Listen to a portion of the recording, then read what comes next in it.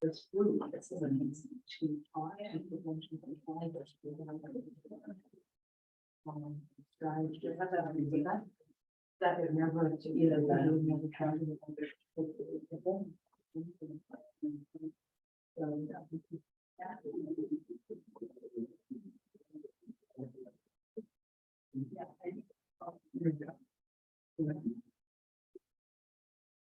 Yeah. Hi, Dr. Dan. 18. The birds. And even earlier, you could have grabbed some food truck. I had a terrible experience on Memorial Day. I went to food trucks and I bombed it the next day, like nonstop. So I'm taking a break from food trucks. Oh, no. Try something now.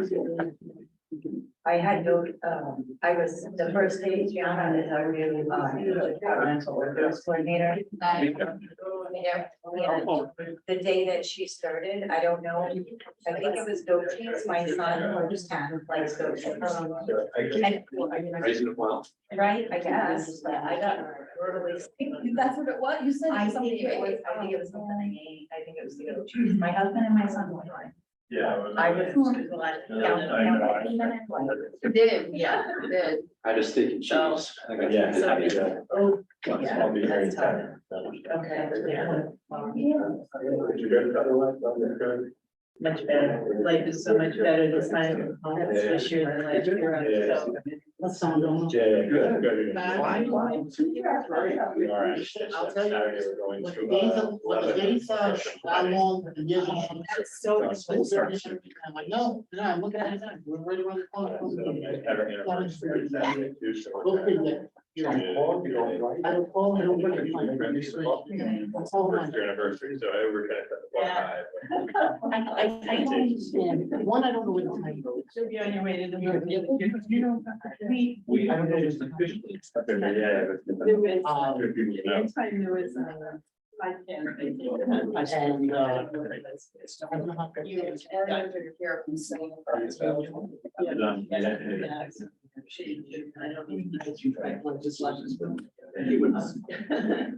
Well, like this, yeah, like this is setting for that.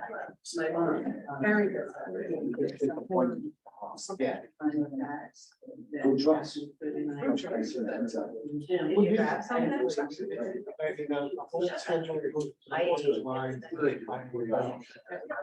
Once my top, starting to the, she's like, these chairs.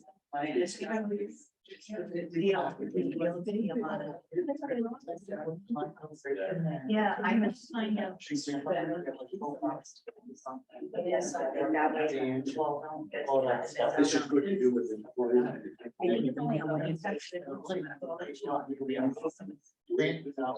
We will. Yeah. And push by. Yeah.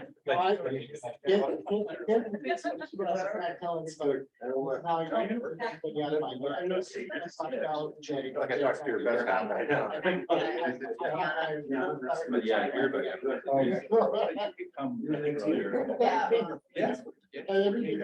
I guess I have no choice. I have no choice. It is.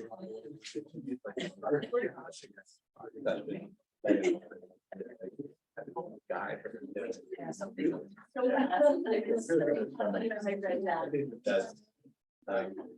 You're not the first. Oh, you can't. Well. I don't know that. I don't understand. That's just the new. You're probably. I assume under. We're gonna return 200 people in the car. I get.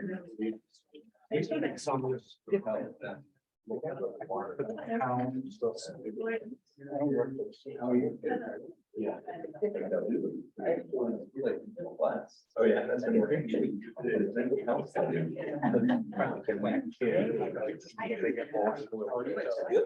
Are you?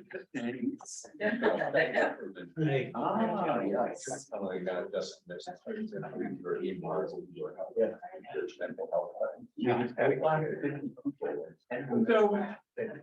I hear there's bad traffic on that side. Yeah, there was a. That way. That's just like. We have had formally like, not higher. Other. Can folks, can folks on the hear me?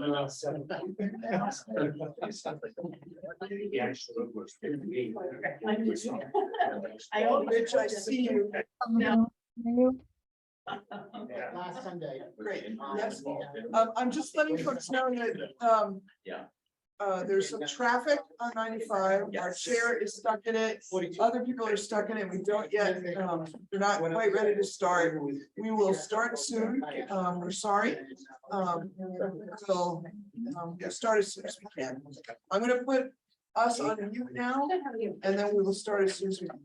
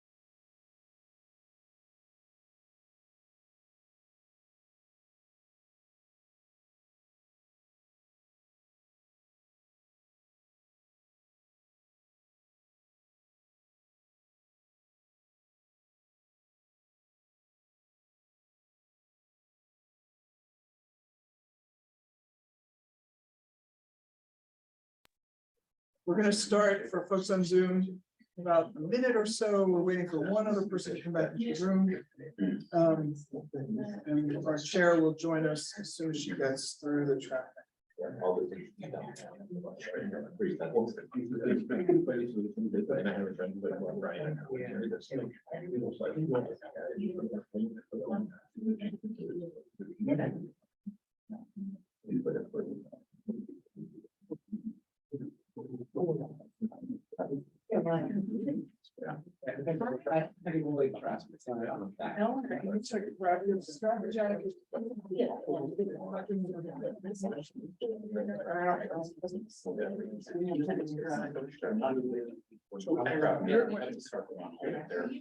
right, thank you, everybody.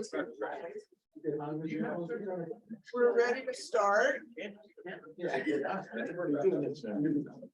For those on Zoom, can you hear us? Can you hear me? Somebody? Yes. Yes. Excellent, thank you. Welcome. I'm Marty Rosenberg. I'm the Director of Policy Planning and Research for the Executive Office of Health and Human Services. And I am just starting us off today in place of our chair, Carrie Bridges-Felice, who is stuck on the highway. So we are, we do what we need to do. Welcome, everybody. Why don't we go around briefly, just quickly, your name and what you, who you represent. And here she is. All right. Whatever Marty said, let's just keep doing that. Name and who you represent. I'm Carrie Bridges and I represent the chair. I'm sorry I'm late. One of those days, but it's like an accident and I love to gawk. Good afternoon, everybody. It's good to see you all. Thank you, Marty. Absolutely. Brandon, you want to start? Yeah. Hi, everyone. I'm Brandon Marshall. I'm a professor at Brown and an expert advisor on the panel. My name is Justin Burke, I'm the Interim Medicine physician at Brown. Phil Chin, physician by training, representing Rhode Island Department of Health. Josh Miller, state lieutenant. Joe Pratt, Voice Across the Report, representing Port. Todd Manning, up in the town of Smithfield, representing Rhode Island League of Cities and Towns for profit. Bob Holding, town of East Greenwich, representing Kent County. Julie Hamill, I am the state court administrator representing the Chief of Justice. Matt Moynihan, the chief of police in South Kingston and representing Washington County. Kate Michaud, the town manager in Warren, representing Bristol County. Louis Serbo, acting director of BHDDHN. Good to see everyone, and thank you to all of our guests in the room and on the Zoom. Okay, let me preface that today is going to be a little dense, and I'm going to need y'all to kind of, in a sense, step out on faith with me that the flow of the meeting and the order in which we're going to tackle a pretty significant volume of information will hopefully all make sense in the end. We have a couple of public comments opportunities in the meeting. The first will be after we, and I'll put to the agenda slide. The first will be after we spend a little time talking about, just as we did last year for FY20, what are we in now? 3.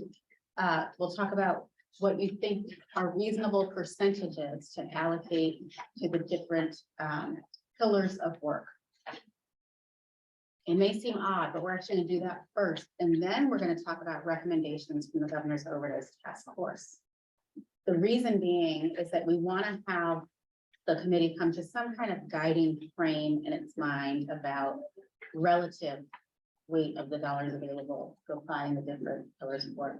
And then get into that particular source of input, which is a significant source of input. As you know, we appreciate the contributions from the governor's overdose task force, as well as we have other mechanisms of community input, but this is a significant, in the work groups of the governor's overdose task force have spent some time thinking about the types of activities that they think that there's a need for us to focus on in FY25. So it's a meaty meeting. We hope that we will achieve a degree of consensus today around how to distribute funds between the pillars. We will actually vote on recommendations in our August meeting next week. Sound good so far? We don't need to linger on this slide. You know what we're doing. You've been doing it for a while. This is the fun part. You'll recall that at the last meeting, last month's meeting, we had some fantastic new tools to start to interpret or to track rather, how the funds have been encumbered and are starting to be spent. So from FY 22 and 23. We have, thanks to the staff at EOHHS, we have added to this tracking tool a little bit more sophistication, so that all in one document, you see FY 22 and FY 23 and what's expected to be spent in FY 24 from the funds that have already been recommended and approved by the secretary.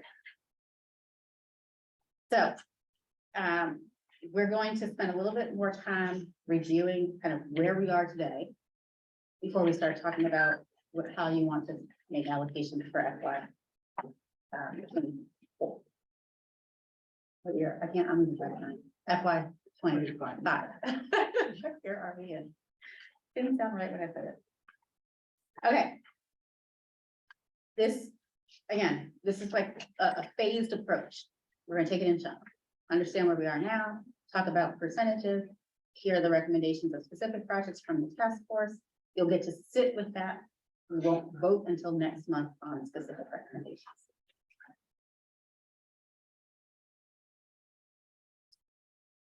Okay. Let me keep up with that, Phil. Notes. Marty, I think at this point, I should be handing over. Do you want to say? Yeah, or I'll stand, but you can be very, very want to. So these are some questions. Actually, I'm going to come right back to there. These are some questions that are going to guide our discussion, but I always like to give you a sense of the questions beforehand so that you can have them in your mind as we start talking, and then you'll know what we're going to talk about. So we thought that it would be useful to reflect on what did we learn this year that you want to reflect in the FY 25 funding. Where would more data on effectiveness be helpful, recognizing that we don't yet have the evaluation? So in 3 years, when we do this, we're going to have a raft of evaluation data, and you're going to be able to say what worked, what were the outcomes, what was the impact? Well, maybe not impact yet, but close, getting there. So we recognize that we don't have everything that we need, but if there is something that you want to ask for that we might be able to provide you between now and August, we will endeavor to do that. What are the priorities that you are thinking about, that we are thinking about to sustain? And in some, like this is the question we're going to, I think, leave you with for the month to consider. Once the committee has considered the percentages and the recommendations from the task force, and know that the recommendations are based on the state strategic plan and priorities, then in August, you'll make your final decisions on recommendations to the secretary for him to approve, and then for us to put in the governor's budget process. That's how this works. So to guide your thinking about what the committee has addressed this year, our chair suggested that we remind you of the presentations that you've heard. So these, we sort of did them in order, and then we pulled out things that were specifically around funding. So the general, can you see? I guess, thank you. And you have it in front. I do, yeah. We talked about certified community behavioral health clinics. I gave that presentation. We learned about the TIVA settlement and housing with James. We had a great conversation with Tommy Joyce and Lisa Conlon-Lewis about the Peer Recovery Council, and heard from Jody Rich on his research from the Center for Biomedical Research and Excellence. We also heard from Kate Damo and others from Reframe Health and Justice on their racial equity work. And remember, we had that presentation on the Ethics Commission on what you need to be thinking about. When we were at URI, we heard about the pharmacy MOUD care. And just a quick note on that, we're replacing the term MAT with MOUD, medication for opioid use disorder, because that is the appropriate way to say it as opposed to MAT. So we're trying to take MAT out of our language and replace it with MOUD. That's when you see that, that is why. We learned also when we were at URI about the oral health and access to oral health care, presentation from Dr. Zwerkenbaum. And then in June, actually, that is June of 22. That is a mistake, I'm sorry. That was your first presentation from Dr. Marshall and Dennis Baylor on harm reduction strategies. And then this past June, we heard from Kathy on the summary of the task force. So those were the sort of research and subject matter presentations that you'll remember. I'm hoping this is like sparking your, like, oh yeah, we heard about that. That's what we wanted to keep in mind. And then on the investment overview, Bob came with his students, and that's down here. Sarah came to talk about the student assistance programs, and Jordan Day came from the League of Cities and Towns. And then December, we heard from Lauren Sears from City of Providence and Kate from Warren. And then in March, we chatted with Spanish with Bob and his students. So I'll stop for a moment. See if there's anything that like. Any questions? Yeah. Any I would bright not spots remember or- any of it. You're like, Any comments, anything you want to talk about? When you have this list, so you're like, oh, I thought during that presentation that we should think about that for funding. You can either go back in the stuff that we have online, or you can ask us. Could you send me that deck and we'll remind you of all of the. We also wanted to remind you about the continuum that we have talked about and really prioritize as we are thinking about how to move from one part of our needs through the other. And as we were preparing for this meeting, we were thinking about where our funding has gone. And you'll see in a moment the additional deep dive that we did with this Gantt chart really had us reflecting on like why you made the decisions you made last time. We were, faced with the growing numbers of overdose deaths, which we, still are grappling with completely, and the deep needs coming out of COVID. Remember, it was over a year ago, and COVID was still with us every single day. Not that it's not now, but it was more intense. And so social determinants and harm reduction were those first things that you were saying, we need to save lives right now. And social determinants, funding was saving lives, and harm reduction was saving lives, and the investment in outreach and basic needs and housing and all of those issues that you took up. And we were, obviously you cared deeply also about treatment and recovery, but as you were looking at it, it seemed as if the driving needs that you were addressing were the first two. And it is not to say that these are, it's your decision anyway, but I am not saying that anything is more important than the other, but as we move on, we're hearing the desire to look more at treatment and recovery next, and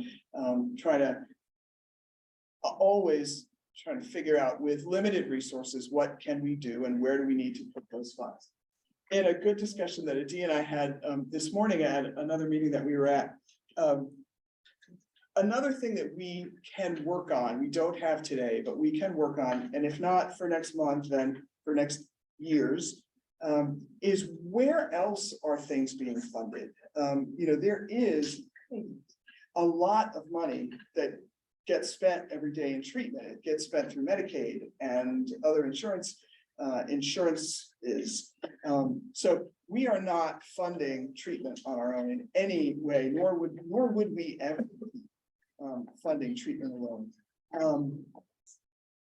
In some cases, we may be funding the most of harm reduction. Like there's not a whole lot of other sources, say, for harm reduction. There are some, but not a ton of others. So as we get more and more and more sophisticated, and you all ask more and more better questions of us, that is something that we can think about sharing with you. Like where else, what are these dollars adding to? Where else is there money that's being spent?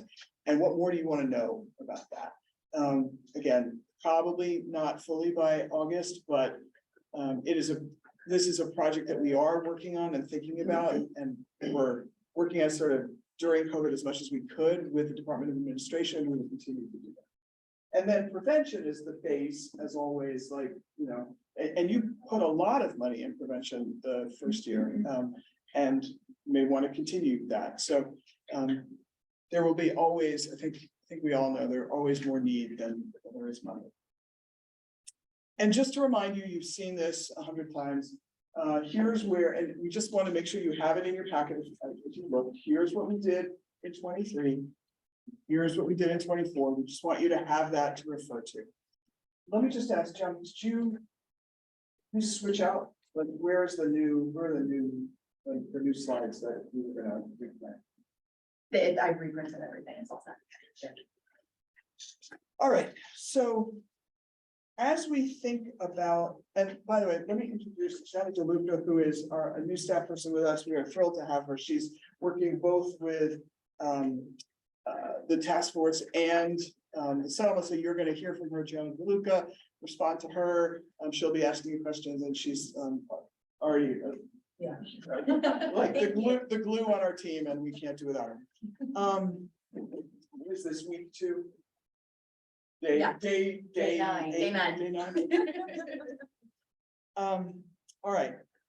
So as we talked about doing this, there's no easy way, as Carrie noted, to have this discussion, but we wanted to, because there's just so much information. We tried to present to you the things that might be the most helpful in the most concentrated way possible. So here are the funding percentages out of $20 million total that you allocated in FY23. And you can see sort of the reflection of what I was just talking about. You put a lot into social determinants and harm reduction, a lot into prevention.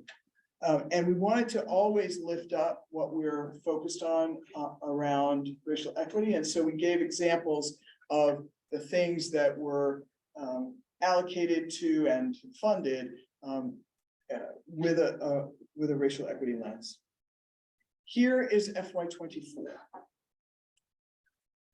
And so you can see how you did this. And again, this is what just came into our budget. Now we have it. Now we're working on this. We're working on the procurement and the allocation of this right now.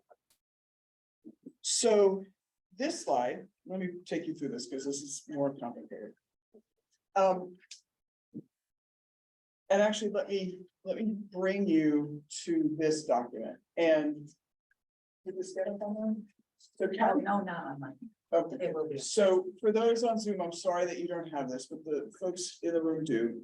And this is an additional, a deeper dive, as Carrie said, into our allocations. You will see that we have put in FY23 and FY24 together. The black ink is FY23. The maroon ink is FY24. And you can see the start dates and the end dates of each of these projects, the amount allocated and the amount remaining. In some cases, you'll see that those are the same because we haven't started it. The yellow bars are things that we were not able to get to in procurement. The green bars are funded, working, moving. Some of them can be new, and that's why you're going to see some of the green bars moving into FY24 and FY25. If we just started a program with FY23 funding, it's going to go into FY25. And so what this does, what we're trying to reflect to you is the reality that having been given money in sort of August, being able to spend money in August or September of FY23, and I'll just remind us that the FY goes from July 1 through June 30th. That's our state fiscal year. You know, we were never going to get contracts out right away. We know that we grappled with getting them out as fast as we could. So this reflects how essentially the tail of the funding, when it starts and when it's going to go to. And so it gives you some insight, we hope. And then when we add the FY24 dollars, it gives you insight into what's gonna be funded into FY 25. So you could think about this FY 25 money that we're gonna ask you to allocate over the next 2 months as sustaining something that drops off sooner, or sustaining something that goes into FY 25 that you want it to do more of, or reaching a gap, like if you feel like, oh, this is okay, like this thing seems to be funded into 25, maybe we'll think about it again in 26, but we want to use 25 money for something else. So that's why we wanted to give you this level of information. Any questions? Let me stop here. Any questions on this document? And I know you we sent it out last night. I know you haven't had a time to really look at it. Just a clarifying question, Marty, where are we today? Q4 FY 23, or no? Q1. Q1 FY 2024 is today. Yes, Okay. you are here, Q1 FY 24. Good question. All right. So hopefully this is helpful to just have a sense of, and you'll see it's broken out by social determinants of health, harm reduction, and the blue rows, you can see the headings. Hopefully this is helpful to give you a sense of by pillar. How much spend has already happened, what is already allocated that is coming down the pipe. And as Marty said, the timing of when things will conclude based on the existing contracts. So as you think about, and this is so much fun to wrap your brain around, like which fiscal year are we in? Like, am I in a state meeting or a hospital meeting or this meeting? Like everyone's got a different fiscal year. But as we think about when contracts are supposed to end and our plans for state fiscal year 25 and what we want to sustain versus initiate new. Hopefully this is a helpful reference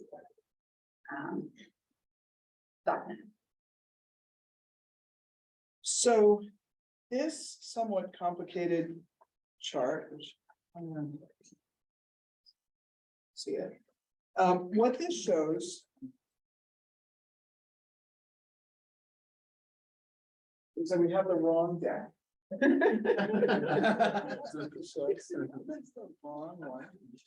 We're off like $250,000. I'm not gonna search for the right deck. I'm sorry, there was just a glitch. You have the right deck. Let me just make sure. Right deck.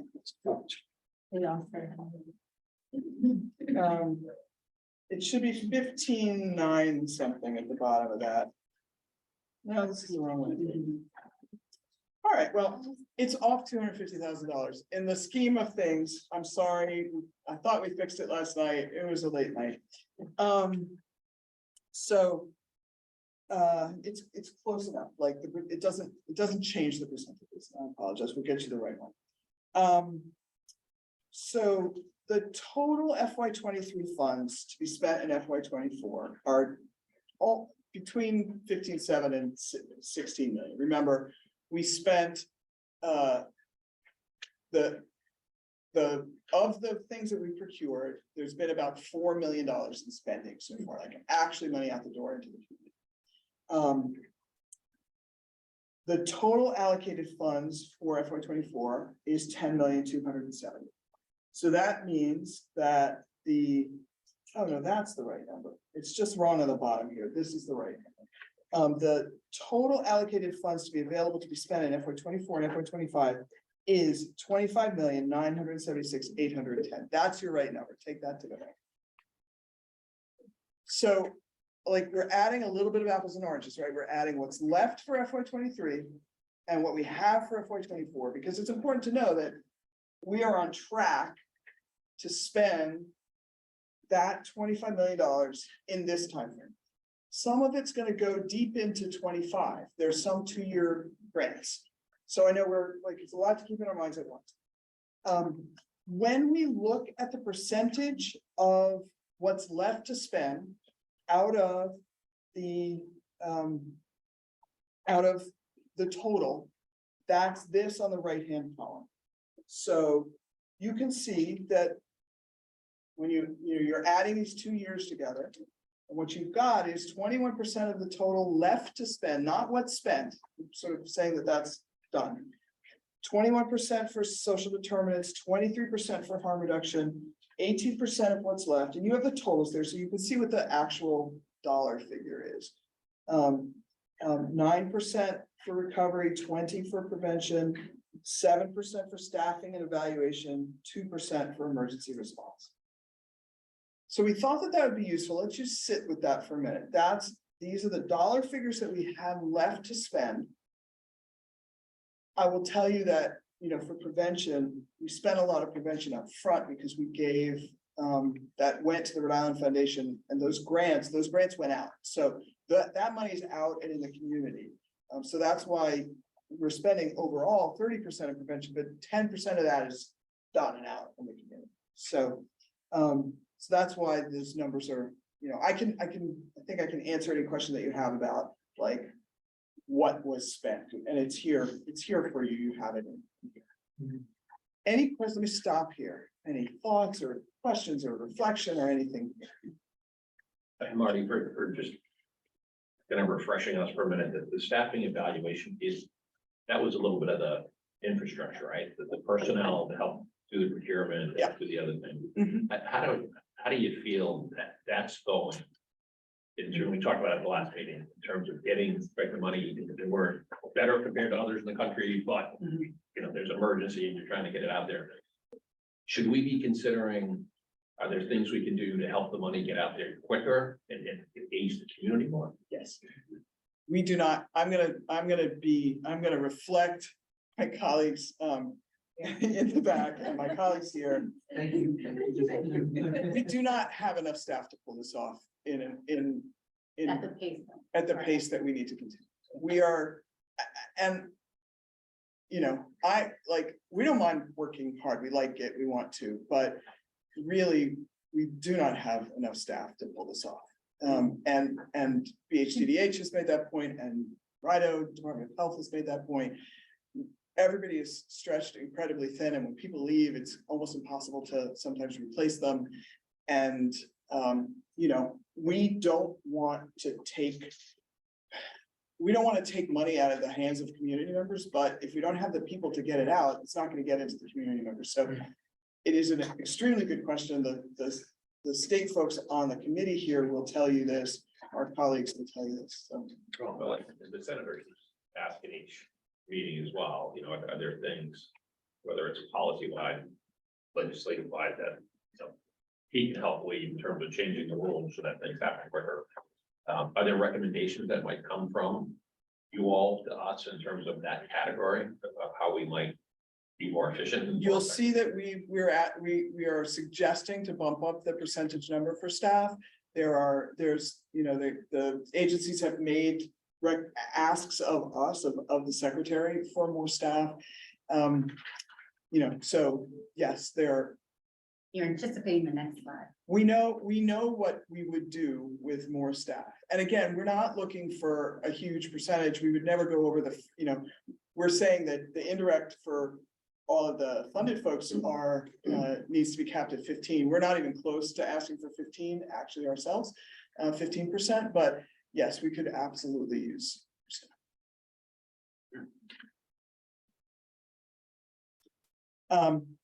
Any other thoughts or reflections, questions on this? Yeah, one question to tie what this gentleman was saying with the evaluation piece.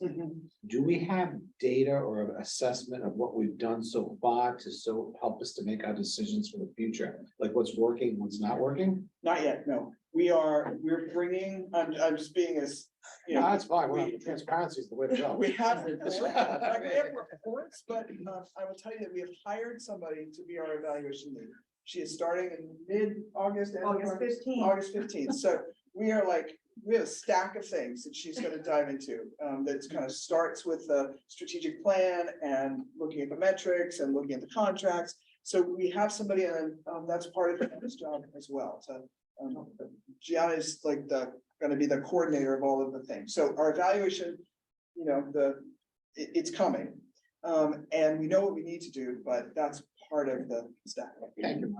We're also realistically, yes, we need the staffing, but we're really just not getting to the point where we have enough activity to evaluate from some of the earlier funded Absolutely. projects. This is my second meeting, that's all. No, good question. Ideally, you would want evaluation data to go into planning for the next year. Understood. Yeah. Marty, just following up on Lou's question on evaluation, I think, and if this isn't the right point to discuss this, you can sort of table it. But in my mind, I think they're kind of like two separate aspects, at least two separate aspects of evaluation. One is the big question, right? Are we seeing reduction in overdose deaths, use, those kinds, answer those kind of big questions, I imagine is very complicated, and you're gonna need multiple years to be able to kind of really drill that. So I think that's like one type of evaluation. I think another type of evaluation are things that may be a lot more concrete that we probably could get answers to very quickly, or maybe not super quickly, but are answerable like, okay, so we have a ton of naloxone, right? And we're investing in a naloxone infrastructure. I think we could find out, maybe through just direct surveys or whatever, like, is the naloxone getting to where it needs to go? Like, do the first responders, for example, feel like they have all the naloxone that they need? Is it where it needs to be? And if it isn't, like, why not? So that's like one kind of evaluation that's concrete on funding that we are, things that we're funding and doing that I think we could get. Along the same lines is like treatment access in various situations. So like, I think answers to questions like, okay, do we know, are we okay on treatment capacity or not? So I think that when we're thinking about evaluation, particularly in ways to help us with maybe shorter term funding decisions, those are kind of the questions that are in my mind as answerable questions that we should be thinking about. And maybe that's already something you guys are. We're so the really, really important questions. I absolutely agree with you. We should have a long conversation because it is so important that we're looking at all this. The wonderful thing is that with the help of the state agencies who actually have the data and working with EOHHS's data analytics team, we have an overdose data council where we all talk and we discuss these kind of questions. And I think that we're all, you know, like Marty said, looking at the evaluation and having that position, as well as with Gianna, you're very important today, to help to coordinate that and bring us all together and all the evaluators from our state agencies to work together so that we can really dive into that. But just know that we are looking at things of that sort. The Department of Health has an amazing red tag system, and they are always evaluating like where the naloxone is getting out into the community. Can I just build on? Sorry, Phil. No, go ahead. We'll do a trifecta thing. But just to tease out what you said a little bit, Eddie, and Kathy's response. Yes, there are multiple levels of evaluation. Ultimate impact, we're looking at, yes, averted, overdoses averted, that kind of thing. Which, yes, will take time to see, to measure impact in those categories. But there are some like process measures along the way. A lot of what the contracts are funding, the evaluation of contracts are really going to be process measures. And so the evaluator who will start next month will help to, I mean, theoretically, there's some expectations into the contracts, but to actual, you know, collect data and review it and compile it. And it looks a little bit different for every contract, but so the evaluator can do that. The second thing I heard you say though, is really more like systems evaluation. And that's harder. And that's where having the capacities from the Department of Health and EOHHS and the different state agencies all working together will lead.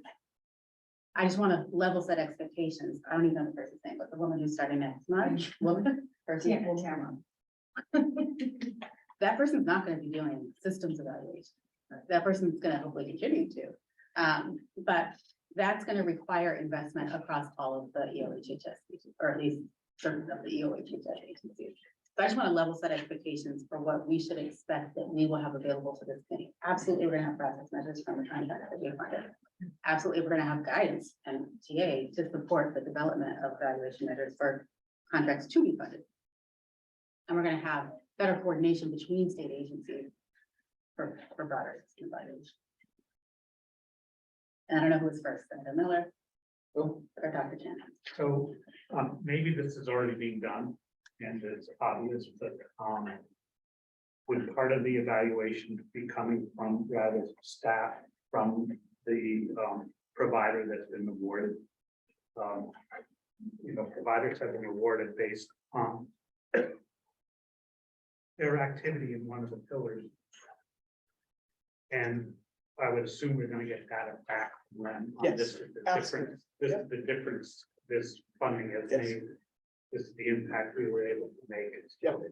Some of that work, I assume, will be provided by them. To show that this has made a difference or has not, and therefore. Right. We have to evaluate that investment or not. And the other thing, I hope would be a component of that. And I always think about, and I brought it up before, is geography. And the areas of the state that are most in need because people have migrated to that area either on a daily basis or have always been in that area and represent need, whether it's Providence because the armory closed or encampments that have closed that have caused a surge in a certain community and therefore need either long-term or short-term. Absolutely. Demographics of all sort and geography has to be key, racial demographics obviously. I'll also just remind the group that we also asked the funded entities to participate in effectively learning experience of coming together as grantees. And that will be an opportunity to compare notes and maybe to a degree, sync up on how they are evaluating and describing the reach and impact of their work. And the evaluator, she's gonna be leading that. Yeah, so thank you. So I just wanted to acknowledge the two evaluation points and add maybe a third component too, which I assume is going to happen. I just wanted to confirm. But that would be the funded organizations are going to report back to us and we'll be able to see Yes. all that. But I also wanted to just to clarify too, the point that Director Sherbo raised here. And I think one of the elephants in the room, right, is that for fiscal year 23, if we're allocating money and something's not working, and we sit here today and then allocate funding for fiscal year 25, how do we think about, like, if we realize in retrospect at the end of year 23 that something's not really working, but we vote to allocate funding for that organization or that task, what is our flexibility in terms of going back or reallocating or revisiting? You have based on the that flexibility. There are certainly for anything in FY 25, I mean, even in FY 24, you could tell us, please take this to the secretary who could make a decision, but certainly for FY 25, just to remind you of the process, it goes into the governor's budget that gets presented to the legislature in January, and then there's an amendment process. So we could amend it within the budget because there's always an amendment that comes through. And then once it passes, like, even if it gets further down, you could probably also, like, you really know something is not working, we can break the glass. All good questions, all good points. And to dovetail what Dr. Chan is saying, that might not be just statistical data. That could be from frontline clinicians who know it's not working. I know Dr. Burke and I worked DOC for a period of time, but Dr. Clock was there when I was there with the MAT treatment. We can tell you initially what's not working. The frontline workers on the street work on the streets can tell us too. We don't need necessarily analysis of variances and t-tests to tell us what's not working. We can go with just basically what people are telling us. They need to spend more money on something that's not working. That's my opinion. And I think you share the same. I think that's really important. And that's sort of like the survey was kind of doing Yeah. to originally, which is the feedback from the frontline workers, not just, respect to all the leaders in this room and administrators and academicians, but what are the frontline healthcare workers and doctors? Outreach folks who seeing are on the street. What are the folks living with the substance use disorder experiencing? Yep. And getting that feedback on a regular basis to inform the efficacy of the project for funding, I think is going to be so important. And I know you guys are good. which is why the task force component that we're gonna deal with, and the Kathy's gonna bring you in the second part of this meeting, so official, because that is where we got that information from. Absolute people on the front. Yeah, that's my final point, and this, also the frontline workers being the first responders, the police officers, the EMS workers, you guys are out there knowing what's going on, we need to, I know we'll hear it, we need to hear it, because that's the key data right now. And people with lived experience in that direction. Yeah, that's right too. Can I do, mind if I just add one thing? The good news is we have 9 work groups and all of those, that is a focus of each of the 9 work groups. So when I get to that, you'll see that again. I'll just remind you that there's a first responder work group, there's a harm reduction work group, there's a rescue work group. Lived experience is in all of those work groups. I know Dennis, you're always at the first responder work group, reminding everybody of how important it is to remember that, we're all trying to do the same thing. We're all trying to help people and save people. Angie? I would, wanted to know a little bit more. I know we talked at length about equity, the basis of all the work that we're doing. I wanted to ask, have we collectively agreed on what the beginning of success looks like collectively, and how do we use that to kind of inform our decision making as we're going into 2025? Indicators of success for racial equity or for equity more broadly. We have come up, no, we have, yes and no. We have shared, this committee has reviewed and given feedback on a framework. Not the same as what you're asking, indicators of success. However, the racial equity work group of the Governor's Overdose Task Force, through the consultant that they've been working with this year, has developed some more specific recommendations that apply to the different work groups of the Governor's Overdose Task Force. That includes some of what I think you're asking about of indicators of success. I don't know how much that will. We share more in August maybe on that. Yeah, we can, I'll connect with racial equity work group co-chairs and we can talk about that and see where we can dive deeper once it's fully completed. If you didn't attend the task force last month, that actually was the theme, and there was an overview of the recommendations, as well as some treatment findings from focus groups. So I can send you the link to that. It's on your. We'll send it for you. All right. So let me ground us where we are here on this slide. Here's what's left to be spent in FY23, plus what, left to be spent from FY23 in FY24. And you'll note that in this chart, it's reflected in the fiscal year column. That's a helpful little column. You'll see that, for example, the first one reallocated to FY24. Remember when we did the reallocation discussion? When it just says reallocated, we haven't changed a thing. It's like it was here in FY23. We're just fully reallocating all the funds to FY24. We're not making any change in what that content is. And then we have, so we've given you the dollar figure of what's left to spend, plus the dollar figure of what's allocated in FY24. We've totaled that up. We've shown you the percentage of what we've got right now. And then in the next slide, we have reminded you again of the percentage for FY23 and for FY24 and that remaining percentage. And we said, all right, to make a decision for FY25, how are you going to do this? And we said, you all, coming up with figures out of the air is not an effective way of doing this. So we created a straw person for you to remove this so you can see very clearly, for you to edit and adapt. This is just a draft. So we said, here's, I'm going to give you a framework and then you're going to discuss, and then we're going to have public comment to also discuss.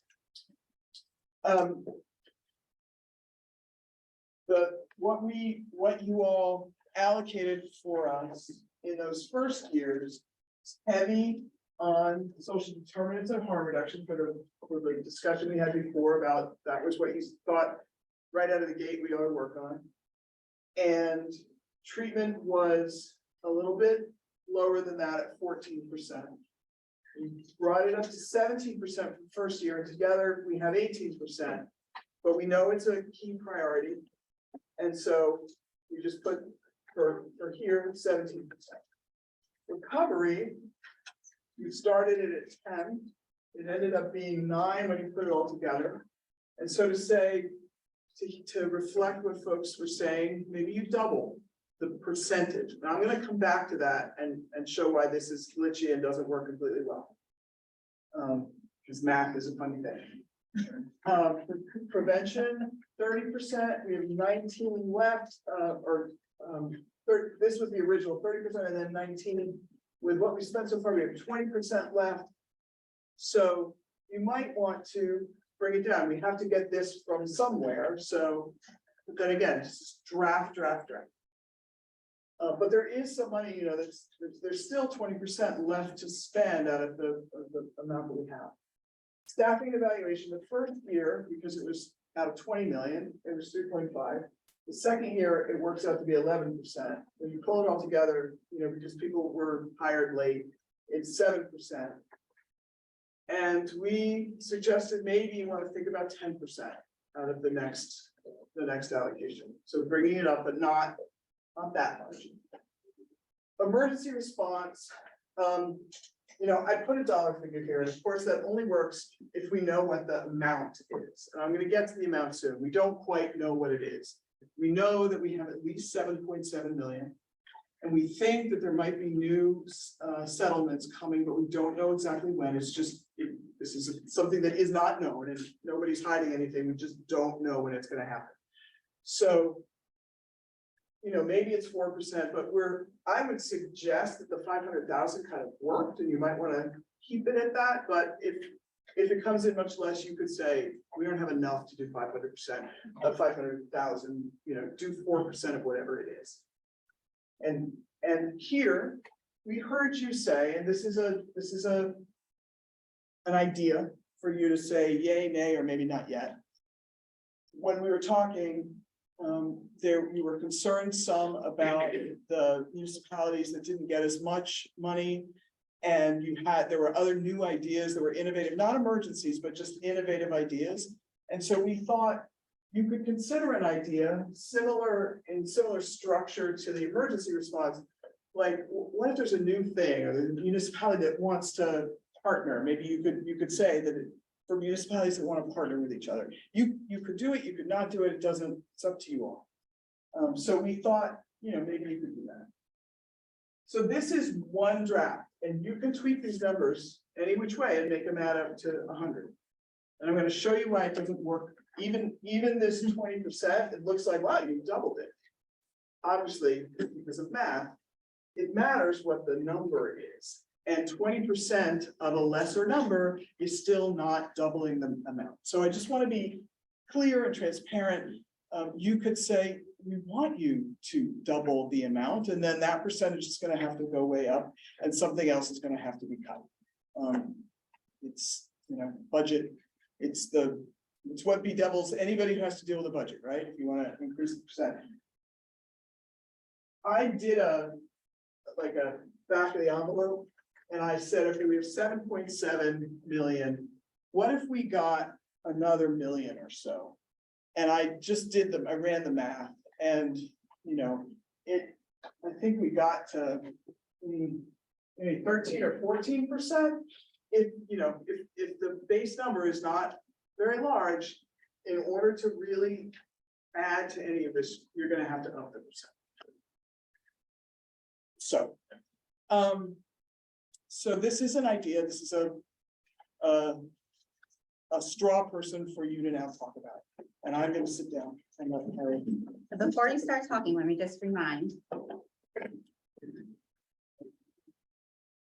the questions that Marty shared before she went into the slide to keep in mind in our discussion. What have we learned along the way that we want to reflect in our FY25 recommendations? Where do we just not feel quite comfortable because we just don't have enough data to make an informed decision? What do we want to sustain for sure? What's a priority we know we want to invest in? And considering how funds have been spent from the FY 23 and 24 allocations, which pillars do you all feel need? And, you know, they all need investment, but to what degree in the different pillars do you want to invest for FY 25? Hopefully some guiding questions to keep in mind. Again, the reason that we're talking percentages instead of dollars is because we don't know exactly how many dollars, and it could change. It could go up, not down, that's the good news, it could only go up. But we thought it would be helpful to start here, and again, I'll say it for the 5th time, this final column, the percentage, is just a starting point to get reaction to. So who has a reaction to this breakdown? Bob? Yeah, basically, there's a pretty precipitous drop from 30% to 11% pertaining to prevention. And I also recognize that there are 20% of the funding that's still available. But when I think about sustainability, long-term sustainability, curtailing problems before they occur, I think in terms of sustainability, I would look, you know, and I understand there might be numbers behind the numbers, but I think that that would be a number that I would look at as maybe too low from my, and I understand when you're a hammer, the world is a nail, so I totally understand that. You're not a But hero. that was something that sticks out pretty quickly. Okay. Others? Yeah, I Landon. think for me, that framework, slide 10, the continuum framework is incredibly helpful for it to help me think about this, you know, and the problem is we have so many Rhode Islanders who are still acutely at risk for overdose, which is why we see such high numbers of overdose death, which, as Marty said, is why we invested so heavily in social determinants and harm reduction in prior years.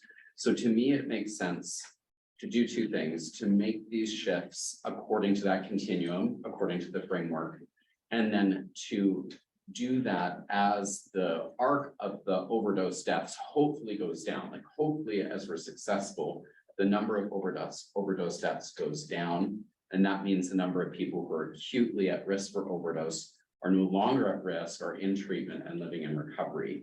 So for me, seeing last year's overdose death numbers, you know, stabilize gives me a little bit of pause to do too much shifting in the percentages too soon.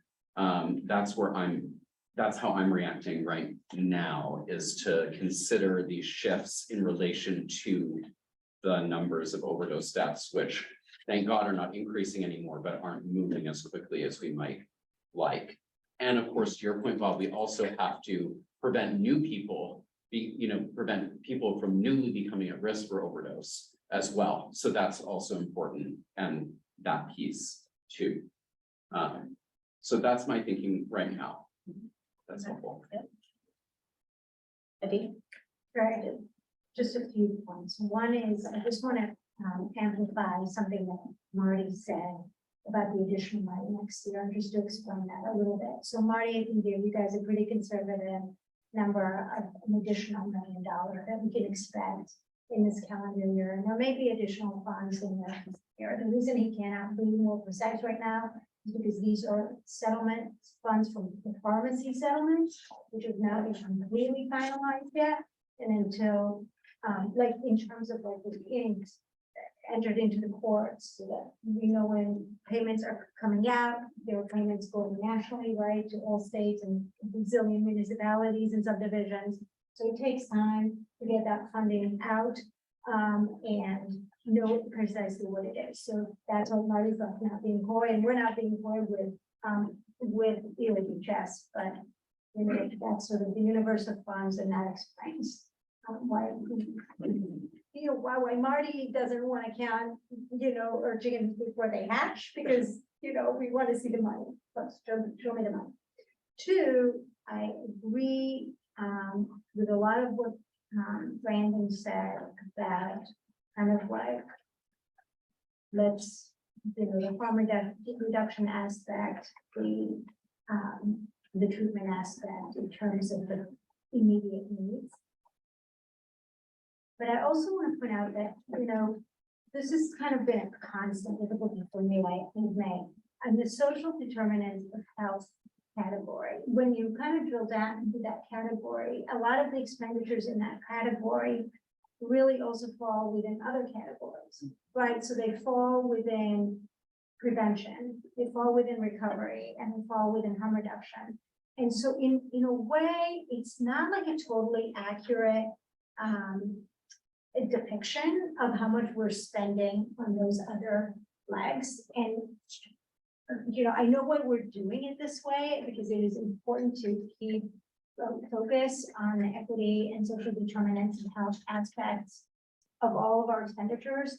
But I kind of may be hoping that we can recategorize those in the other pillars so that we maybe have a more accurate real snapshot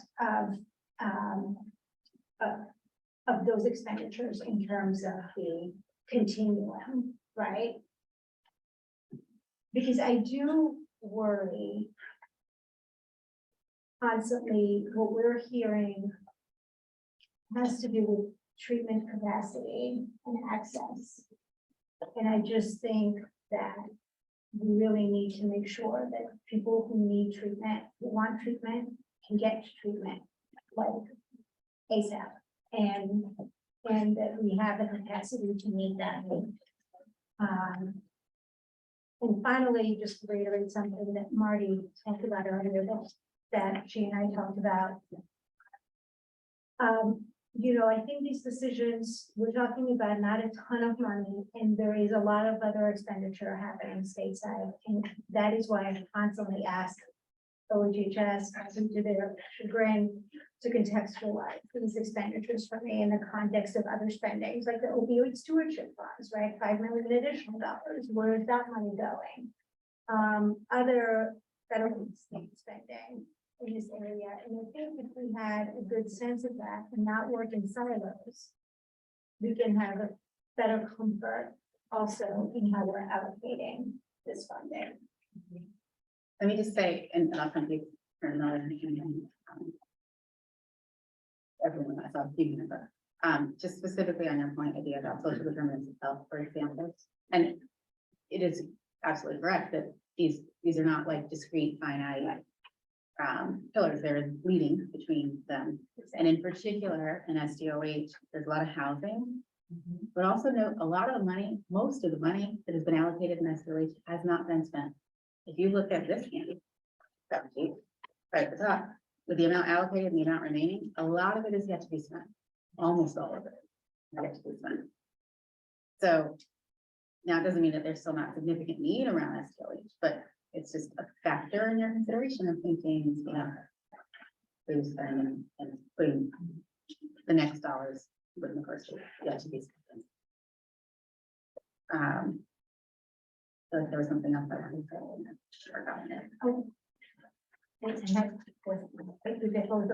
The last thing I just wanted to just put in there is thinking about it in terms, also kind of keeping an eye out on funding, preventing cliffs, right, during this sort of long term that we're working with here, and thinking about like sort of almost like an endowment, like can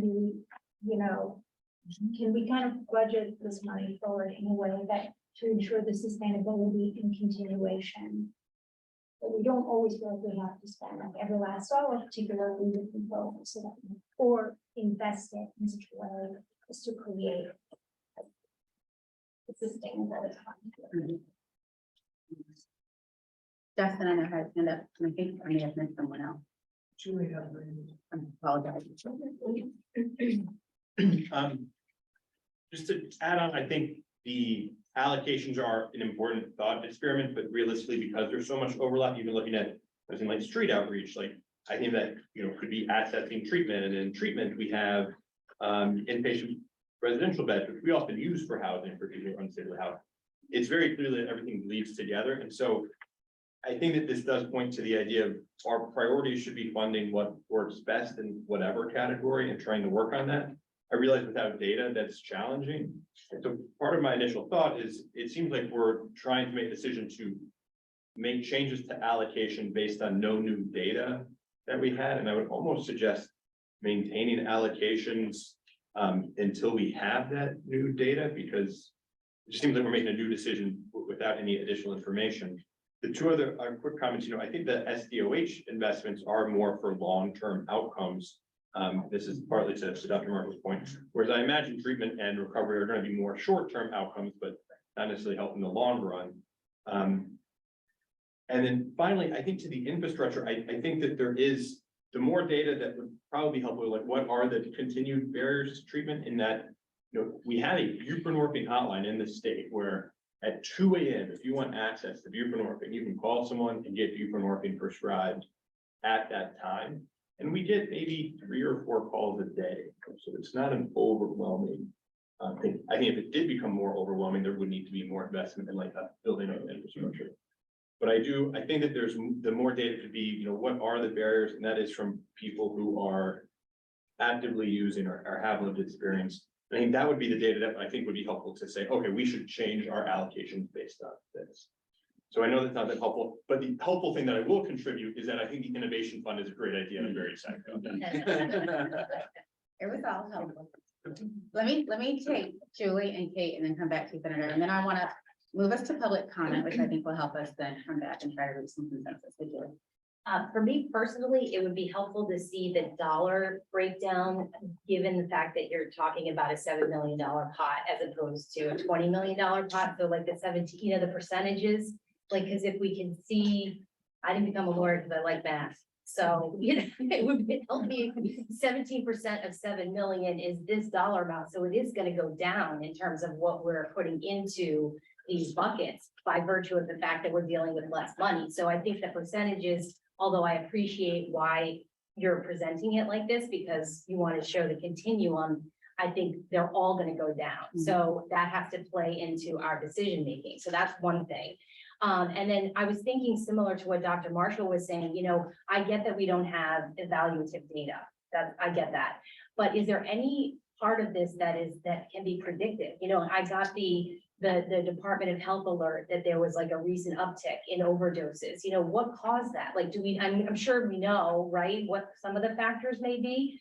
You know, when things like that, like maybe it's the closure of, you know, the armory, you know, and like, is that what, so if we see a trigger event occurring, you know, do we have the agility to, you know, deal with those types of things, to be ahead of those curves? Obviously this is an epidemic, but I have to believe there's some predictive. I'm looking to the medical experts, you know, to like, how can we, you know, kind of get ahead of some of those trends? Instead, because I understand we don't have the evaluative data, but, you know, in terms of forward looking, you know, what can we say? I'm curious, I'm good for the experts in the room, like that recent uptick, you know, what are the underlying factors that may have caused that? If anyone knows. Okay, correct. So yes, I think that's a fabulous idea, Julie. Yes, we are trying to do that with our RIDO partners and others. But I think what that speaks to is the need for something like this innovation fund that perhaps would allow us to be extremely agile as those events happen. We could deploy resources very quickly to try to get a handle on those shorter term spikes that we know we will continue to see. So I really like that idea and am supportive of perhaps using that innovation fund for agile responses if that's feasible within that bucket. Yeah. And I'll just say the spikes that I don't remember even what, I think it might have been Providence metro area, the most recent health alert, but they're happening all over the state, like once a week almost. You get a health alert of different part of the state that's kind of lighting up. So, but to your first part of your question, I did some math and I didn't. I just, thank you, James. James will see this at some point. He said, you really should do the math because somebody's gonna ask you. But I didn't feel comfortable enough about it to put it on a slide for you, but I have it. Okay. So if you estimate like 8.5 million, which is what I estimated, because I didn't want to count my chickens before they hatched. And it could be more than this. We just didn't know. I just made an estimate. So here, these three are the same. It's only 1.445 million. So it's a tiny little bit, like that's what math does. We're Recovery gets us 1.7 million. Prevention is 935,000. Staffing and evaluation, 850,000. And then if you go to this like 4%, it's 340,000 each, not 500,000. But then when you add all of what we have now, I went ahead and added the 24, the total remaining, and the 25 estimate. I'll tell you that that's where the recovery percentage goes down. So when you add that all up and you add that 25 million that we have to spend now, and you add that 8.5 together, the percentages of social determinants of harm reduction come down to 20%, 20% change. This stays at around 17.5. This goes down to 12%. So that's, it's because when you add it all together, the base percentages are lower. So I'll give you the dollar figures. If we did this percentage plus everything we have, so looking from right now to what we could do by the end of FY25, you'd have 6.9 million in social determinants, 7.4 in harm reduction, 6 million in treatment, 4 million in recovery, just under 6 in staffing and evaluation. Again, remember, it's over 3 years, 2 and a bit. Seems high, that doesn't seem right. I skipped prevention, that's because it's 6 million in prevention, sorry. Staffing and evaluation 2.5. Emergency response 933. And then whatever you put into the municipal fund, it could be 340,000 in the municipal fund. So, and thank you, James, for that. Yeah, so first I'll say this personally, I'm personally going to put a heavy weight on the recommendations of the task force. I mean, I reached out about that already, and thank you for the explanation. I understand much better now why you're doing it the way you're doing it. But, for me, I think that's going to be a really important factor, because that group is going to have a much better understanding of what's working on the ground and what isn't, and certainly I am. And then the other thing, just to jump back on the social determinants of health, and specifically the topic of housing, I mean, I think some contextual information would be really important, because there is so much money in housing right now. And while this is a huge chunk of our allocation, it's a drop in the bucket of what's out there. So I'm still concerned, and we had this conversation, I don't know, a year ago, maybe more, are we allocating a lot of money towards something that really doesn't have much of an impact in the long term, because there's so much money out there and there's so many other things going on?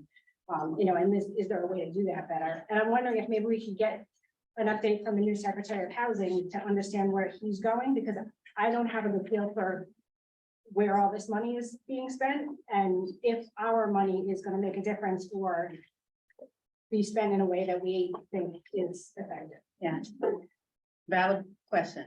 I will go out on, it's not a complete limb. I mean, I have like a little bit of knowledge I'm basing this on. I'm not the expert in this area. It's a little dangerous. Yes, there's a lot of money for that particular question you raised. There's a lot of money being allocated to housing right now. There's still not a lot of money being allocated to recovery housing. And that's what our dollars are intended to support for folks with a history of substance use disorder and recovery housing. I think there is still need there based on what is expected from us. But I'm just dangerous enough to not see an expert. But I can try to answer I'll answer as much as, so housing is one of my areas that everybody who knows me knows that I'm very involved. I'm involved in a lot of conversations. So what I can say is that social determinants of health is upstream.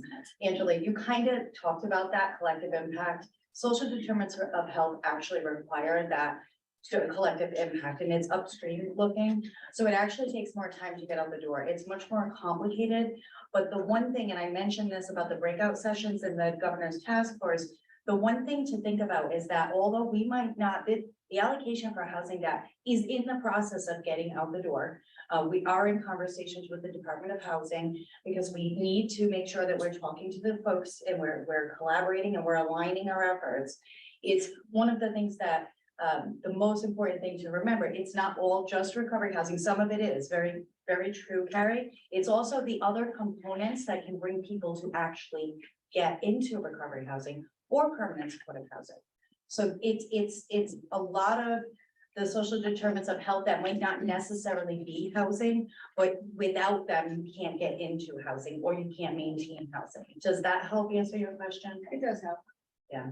Are you talking about wraparound services, supportive services? It could be basic needs, so basic needs just to, once you get into recovery, for instance, getting into recovery housing, one of our expert advisors had mentioned this. Having a care package when you walk into recovery housing so that you have food. Because one of the biggest things is you walk in, you have the clothes on your back and you don't have anything to eat. It's a basic need. And it all has to do with being successful in housing. Somebody who gets into a new apartment, having a bed to sleep on, right? We want to set people up for success. Senator Miller, and I had mentioned this the last time, had mentioned having a subsidy in between at that moment, right? Because we know that we have a lack of units right now for permanent supportive housing, but having the subsidy to be able to actually get into a unit if one's available. So does that help you answer that? In other words, there are things that this money can be spent on and must be spent on that the other housing money may not sometimes be able to spend. That's another, I mean, I don't know all of their dollars, but where their dollars are HUD dollars, there are restrictions. You know, ours have restrictions on opioid related, but theirs have restrictions on social service. And we're specifically for social for substance use disorder, opioid use disorder, and people at high risk of overdose. And that's one of the components that maybe not be capped, is always captured in housing. Like in the Department of Housing may not be looking at it that way. But we can go back and talk to them, and it's a great question, and we can find more information for you. Yeah, I think that's the point right there is, are they focused on what we This expect them population. to be focused on? Well, with this money they are, because they have to. Because we're making them be. They have to be, yeah, so. Senator Miller? Yeah, so, as we look at this chart that's up there, I'm always looking also above to the funding availability chart. And when you look at the funding availability chart and the impact that we'll have in an oncoming year, prevention is one of the things. So you're gonna have you're gonna have an extraordinary impact in prevention because you have so much that wasn't spent but allocated in the years before. So I don't know if that's a consideration that we should have when we look at the future budgets, but it does kind of skew the impact going forward if you look at both of those at the same time. I think it was Adi who brought it up on where money that's running out in other sectors, other parts of government. I had a conversation just in the last couple of days on outreach in Providence as a community and how it was reliant on ARPA that may or may not expire with $500,000. If that wasn't renewed or if it expired, as an example, and why we should be looking outside of the room is there won't be any outreach in Providence, right? If it's completely relying on that $500,000 that might expire. So there might be a need for some collaboration based on finding out with those funds that could expire and how we could make sure if it's an important initiative that it continues.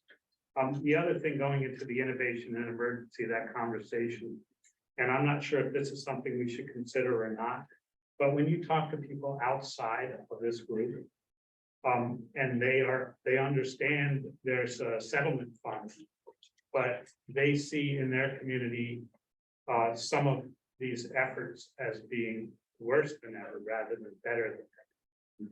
And they expected it to be better than ever because we now have a settlement.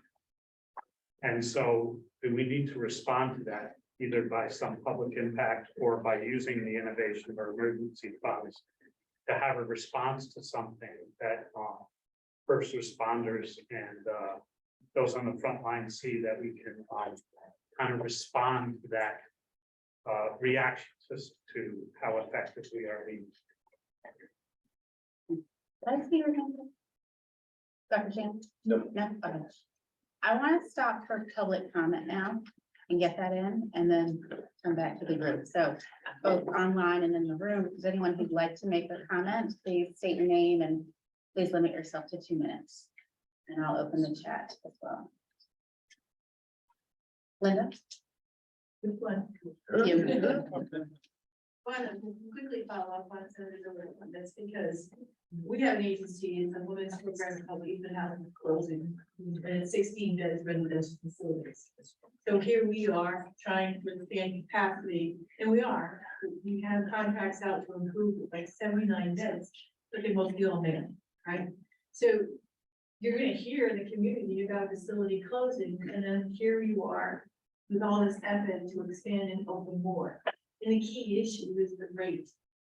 The facilities for sustainability. My projection, as someone who's worked in treatment for 35 years, we implement and change some of the rates and build the capacity at the same time. You have changed the system. But if you just build and then hold, the system's going to be where the system is right now. So there either has to be some kind of public comment that we need to really address the rates of sustainability of the programs that we're building. And also to emphasize that new people should come and apply for the new procurements that are out there. We're getting the same people applying and expanding just where they are. We're not getting new providers coming in. And it's primarily because of the cost effectiveness of the business itself. It's not in it to make money. It's in it to save lives. But at the same time, it has to be a place where it's on there, where it can be paid and that there's sustainability. When you're looking at long-term ranges, if we build all the capacity up for treatment, then you can invest the money at the end on more prevention, so we don't have to keep them and have that treatment capacity. My perspective is to look at the money going down the road and know what the end is. I always want to know what I'm going to do with my last dollar before I spend my first dollar, because the last dollar is what's going to be the most important to kind of continue that success of the first dollars that you spent. Just by 2 cents. And I just want to add on one last thing on the agility. We have a call every Wednesday. It's been happening for 5 years, where every time there is an overdose response, we have an ED call that comes in from a 48-hour report from the hospitals, emergency rooms, from the Hope Initiative, from the people on the outreach. Why did they overdose this weekend? Where was it? How can we put out outreach workers to that area? Dennis joins us, everyone joins. So I think there's lots of work that goes on that you just might not know about, that we have been working with the SOAR dollars and the SAMHSA dollars as state opiate substance use authorities. I just wanted to share that a lot of work goes out, if there more of that, if it's not notices, there's not a lot of work that goes in there as well. Thank you. Can I just follow up on that before we go to another public comment? Those of us who take people to treatment, those of us who work harm reduction and getting people the bed availability. I am outraged that Eastman House has to worry. We have so few women's beds. We've had this funding. I don't know how long that was in the pot. It's closing. But the fact that we could not save Eastman House from closing, I don't understand. Kathy knows, I'm sure she knows that people have gone there, those of us who have taken people there. It's outrageous, just outrageous. And I don't know the answer, obviously. Don't know the answer. But if with funding like this, we can prevent a established location that stays full constantly from closing down. It's really sad and especially that our state can't get the street right to keep an already established location open as we talk about opening new locations. That's just a little rant, but it's just that I've taken many people to Eastman House. My children's mother was at Eastman House years ago. I think that they're closing. It's just I can't understand it. There's something else I wanted to say, anything else with that. But yeah, I don't understand. I don't see any comments on Zoom, Linda. Thank you. Linda Furley. with Kodak Behavioral Health Care. Kodak Healthcare, sorry. And keep up. I was looking over, all the really amazing, presentations that, you've had over the last 2 years. And, you know, the people that were presenting are brilliant, probably internationally known, great. There is something that's not here. And what is not here is the treatment providers, anything about the treatment providers, what the treatment providers see, what the treatment providers do, what the treatment providers need, and the need that they need for the people that come to us for care. There's nothing in here. And the treatment dollars that have gone out have, I believe, all gone into residential. And I don't want these to have to close it. But because Kodak, and this isn't across the board, but Kodak is not, we are vulnerable, really. 93% of the people that we see are publicly funded, 93%. And we're, so 93% of our people are funded by a Medicaid rate. It is the 4th lowest in the country. And we have been, I can't tell you how brilliant my board and my leadership team have been, that they can continue to grow services. And I'm serious, all of the opioid treatment providers in the state are strong. So I'm very excited because I believe you and I are meeting tomorrow morning.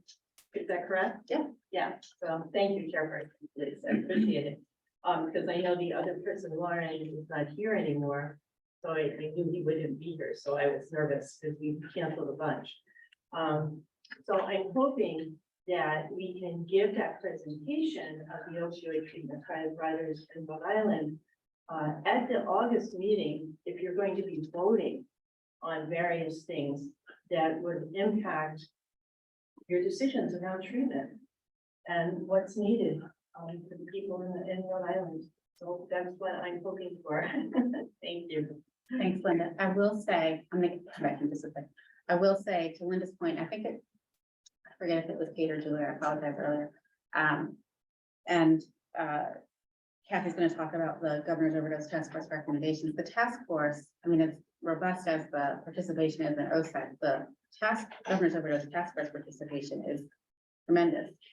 And that does include representatives who are service providers, who are, have lived experience. I mean, it spans the range of experiences and expertises. And we do greatly value the input from the task force and its work group. So I don't want folks to think that we are making decisions in a vacuum. Our decisions, our efforts are heavily linked, as evidenced even by staffing, and our decisions are thoughtfully informed by the task force as well, but does have diverse representation. Okay. Yes, good to see you. Catherine, yours. I will just start off by saying, I think first of all, somewhat lived experience and working in the space and seeing the needs that are out there. There's, every single area needs a need. So I think that goes without said. So it's a tremendous challenge that I think every single one of you and all of us are working on. I think it'd be really important to also take a step back, because a few months ago, it was brought up about looking at the goals. And I don't know if you revisited those, like, are those going to be the goals moving forward? Is it only going to be to prevent overdose? Are we going to evolve? Are we going to try to achieve higher, prevent addiction and prevent mental health before it starts? When you work in that space and you go for those areas and add that into everything that's being funded, that is what will help to sustain. It will be able to sustain people ending up in a bed or needing detox or needing more treatment if you get to the cause. So I think just it comes back to the goals. Have those been revisited? Are you only stopping at that, just saving a life? That's number one. Two, just the traditional definitions. Are you sticking with those? As I look across the chart in treatment, recovery, prevention, I know they all need funds, but in addition to, is there that next level of support that can be added to, again, to just address the root cause, get greater upstream? looking at optimal health and well-being. I mean, again, people are giving treatments, but if you're coming in and all you're doing is feeding yourself crap every single day, all day long, that is absolutely impacting all your mental health. If you're on medications, 10, 20 medications, you are impacted. Those areas need to be addressed. And, even in the areas of prevention, if the only definition is for schools, and I understand it's not even well funded, but how do you get to working with the doctors? That has to evolve, just for, and I say all this for sustainability purposes too. So. Catherine, just to answer your question, we have not changed the goals of this work. And our goals are framed by the settlements themselves and what we're charged with doing. I'm trying to read the Zoom and respond at the same time, and I know I can't multitask, so I should stop.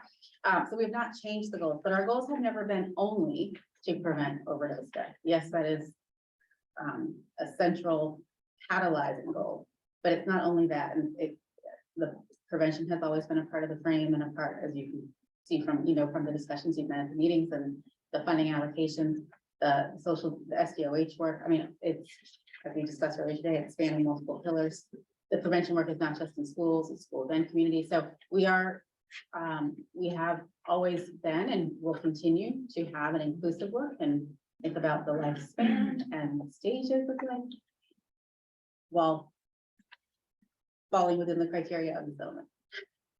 And I would just say, I think the last piece of why I always strive for those areas is, as someone who's lived it, it's up and down, up and down, and up and down. So the expanded number of decades that people live these lives, it's no other word to say it. It's hell for them and it's a hell for everybody that's involved, and you just want to see it change. You want to see a change. You do want to see them have optimal health, optimal meaning, living their best lives, thriving. And how do you get to that?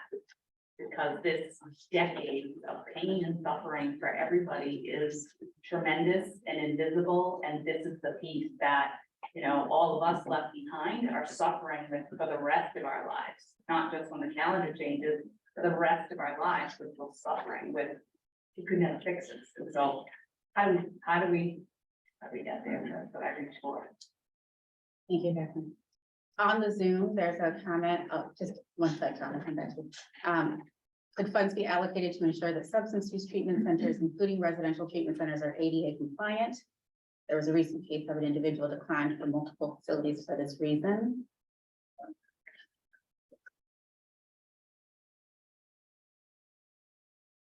I think these others are more individual comments, not meant for public comment.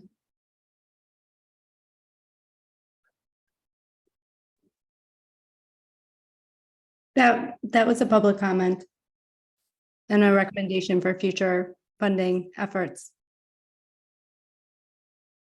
Can the person speaking say the comment? Yeah, it's Rachel Whiteman.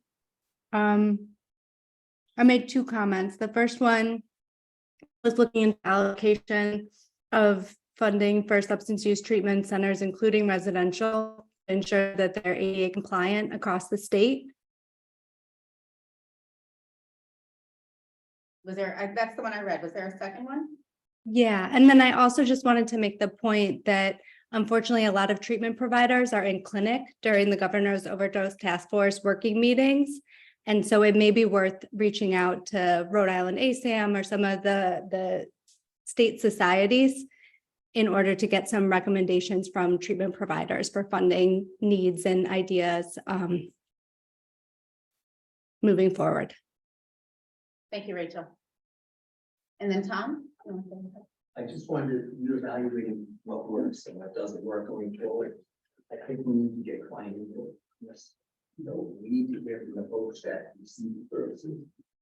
I think the committee needs to be as close to that message that we know it is going forward. So I just want to make a recommendation that client input be part of the decision-making process going forward. Thank you. Okay, let me bring the committee back to the screen that's up. Do folks feel comfortable setting some bounds and targets for percentage allocations? This is not a vote today. This is reaching consensus.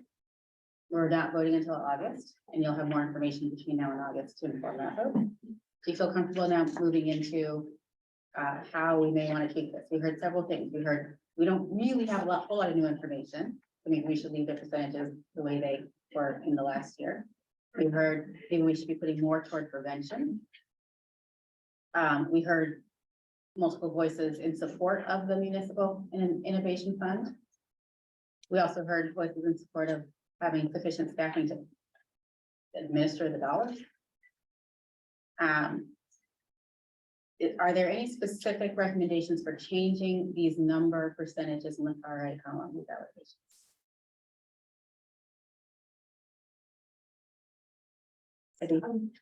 Not to go back, but I'm concerned, and the comments that Linda and Dennis made demonstrate that concern, that our treatment capacity has to be addressed, whether it's through mechanisms to address rates, which I thought we made address this past budget year.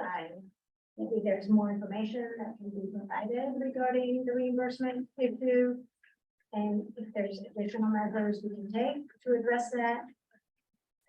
I don't know if there's any additional comment about the Cleveland House, but we have to address available treatment, whether it's inpatient and or outpatient in the capacity, which I view as just another way of saying access.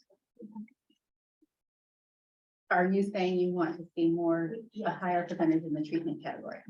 And Yes, do you have a number provided in that I mind? have all the context, Mhm. which was brought up, Mhm. the other comment that I made earlier. Did you have a number in mind? Because we have an imperfect context. I know. I don't know, I guess I would like to see it around the 20s, 20%, but it's like kind of pulling a number out of a hat and being very math limited too. I'd have to do some more there. Dennis? Well, obviously I agree about the treatment situation, but I think for me, it's hard to change the percentage, not knowing the impact of the existing spending that's going on, without the ability to see how the increase in certain areas unfolds. It's hard to know, okay, now we have to put additional funds here or there to patch up. So for me, maybe I'm missing something, but without seeing the impact of the existing funds going out, I don't know where additional percentages should go. Let me suggest this, and I'm gonna liberties of the chair. Because there's two things. I want to turn it over to Kathy to talk about some of the recommendations from the governor's overview task force. But I also don't want to like unnecessarily bind us to like, but we need a number. No, we don't actually need a number right after it, right? So I don't want to create a false meaning. I'm gonna, based on what I've heard so far, I'm not hearing anyone who is repulsed by the numbers on this thing. So we're gonna just use them as continue to use them as placeholders. Fully willing to come back and tweak these numbers in August, but kind of a general placeholder for now. I'm gonna pause us with this discussion and let Kathy talk about recommendations from the governor's overdose task force. That may help us feel more comfortable tweaking in the future. Okay, right? It might answer some of the questions that have been asked. I've been saying it while I was sitting here instead of you just. No, I'll stand, and if I get tired, I'll just sit right here. Only to speak here. Anyway, all of you know me. If you don't know me, if you're a guest and you've never met me before, I'm Kathy Schultz. I'm the director of the Governor's Overdose Task Force.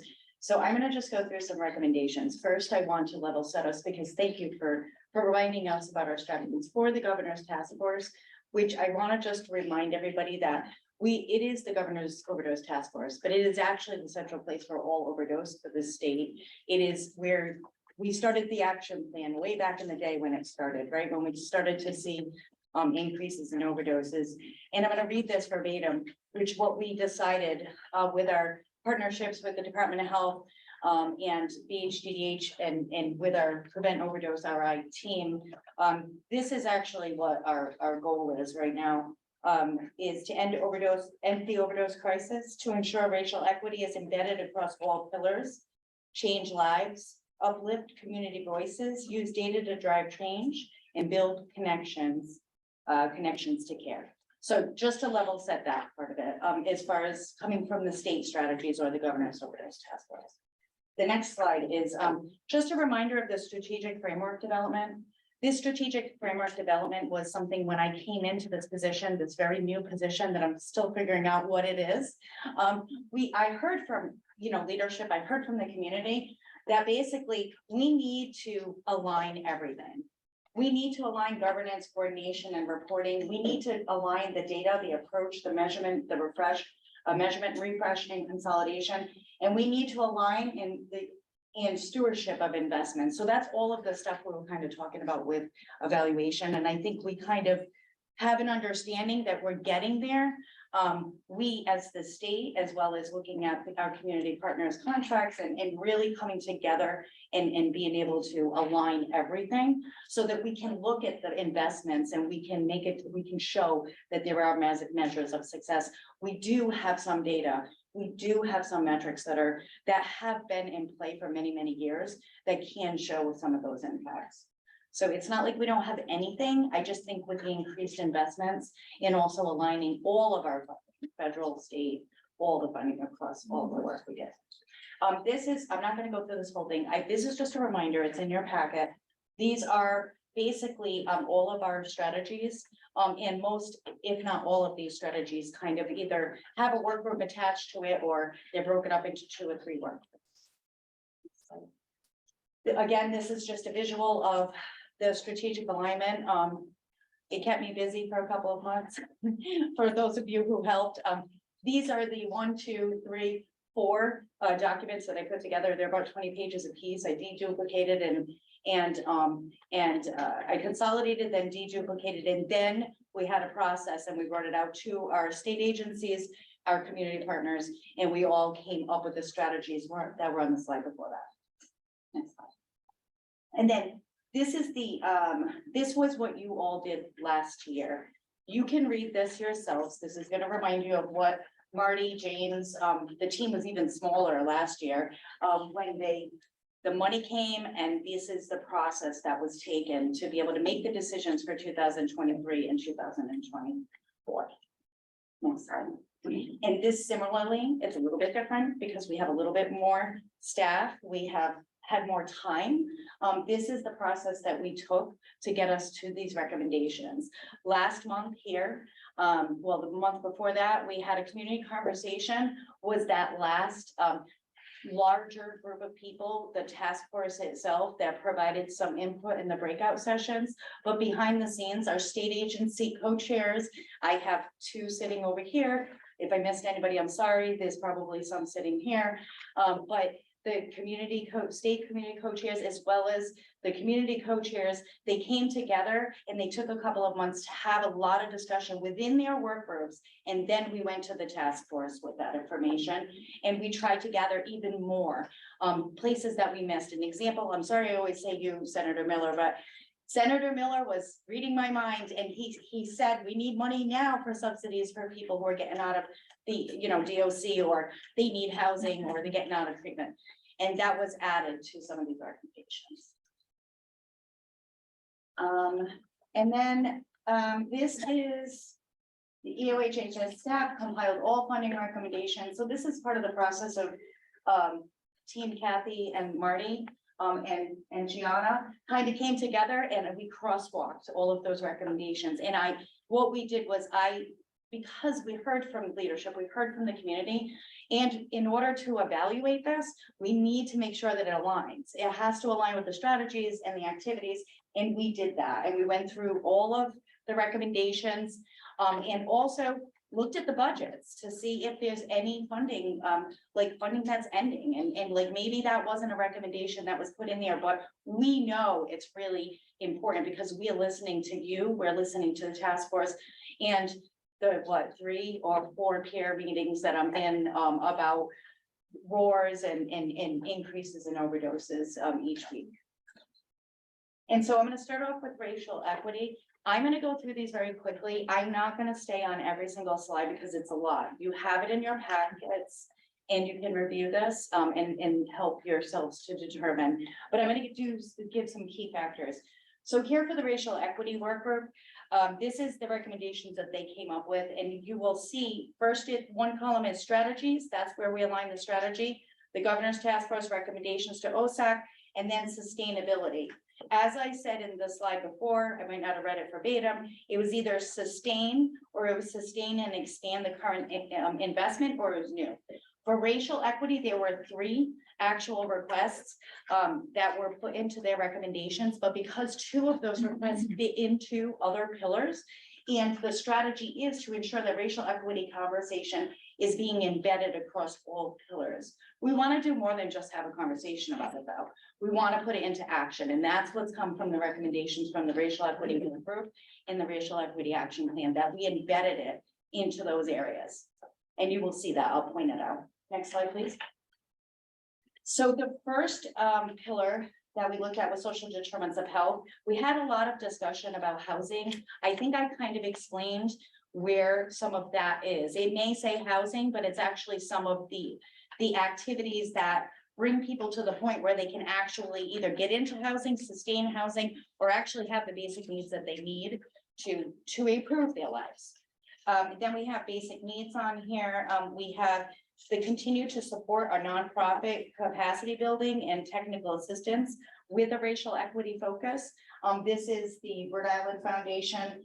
Right now, the Rhode Island Foundation grant that went out in a partnership with the MOU with EOHHS. And we want to make sure that we're supporting smaller nonprofits so that they have the capacity to be able to be newer providers, right? To bring more providers to our state and get more services out in the community. And so this is prevention. So for prevention, there were, again, kind of like the racial equity recommendations. There were a few recommendations that without dollar amounts there, because they kind of fit into different categories. So I put them into the categories that they made more sense. But I did make sure to put, we want we've heard loud and clear that we want to continue to support all schools. The priority of all schools will be put to intervene in youth behavioral health needs of students and prevent further complexities. And we want to continue. That is an investment that the prevention worker wholeheartedly wants to continue to focus on. And then also the sustain and expand existing after school mentorship and leadership. In the recommendations that came, I was kind of looking at some of our investments. This is another one that went through Rhode Island Foundation. So I kind of added that in there because we know that that's still funded or it's funded currently. And we want to just make sure that we're sustaining that and possibly expand it because it's super important for our youth that they have resources. The next slide is harm reduction. I'm not going to go through all of this. What I do want to point out, though, is throughout harm reduction, I've circled it here. The first thing I want to go over is this was combined. This pillar is much bigger than most. One of the reasons is there are 2 work groups, it's rescue and harm reduction. And when you look at this, I want to just kind of point out here, we heard about lived experience. And if you look at the second one down, you see people, the people who use drugs advisory committee. I'm going to say that for you. If you don't know the acronym, we should have typed it out because not everybody knows. The PWUD stands for People Who Use Drugs Advisory Committee. I think it's really important that I point that out, that is something that is actually happening as we speak and is one of the areas that we can really find out truly boots on the ground, what's happening out there and what the needs are of the community that is still struggling or chooses to still consume substances. The vending machines and also the never use alone. I always want to point that out. We know that the data is showing us 84% of fatal overdoses are happening in private locations. I just want to highlight that and say that out loud. We are hearing it and I think that this is really important that we continue to sustain the current harm reduction technology, but we also look upstream and we look at other options or add to that, sustain and expand. Next slide, please. Sustain our overdose prevention center pilot. Our mobile outreach teams, that's our infrastructure to get Narcan, to get fentanyl test strips, safer smoking kits and all the other things. And also to be able to respond to emerging trends, which is extremely important to be able to do. And then we want to continue to expand the BIPOC communities. Next slide.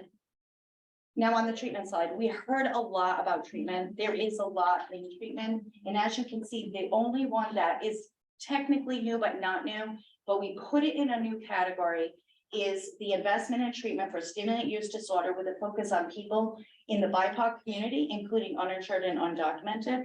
That and the rest is really continuing to invest in treatment. But in almost every one of these, Dennis and Monica, I know Monica, you're on Zoom.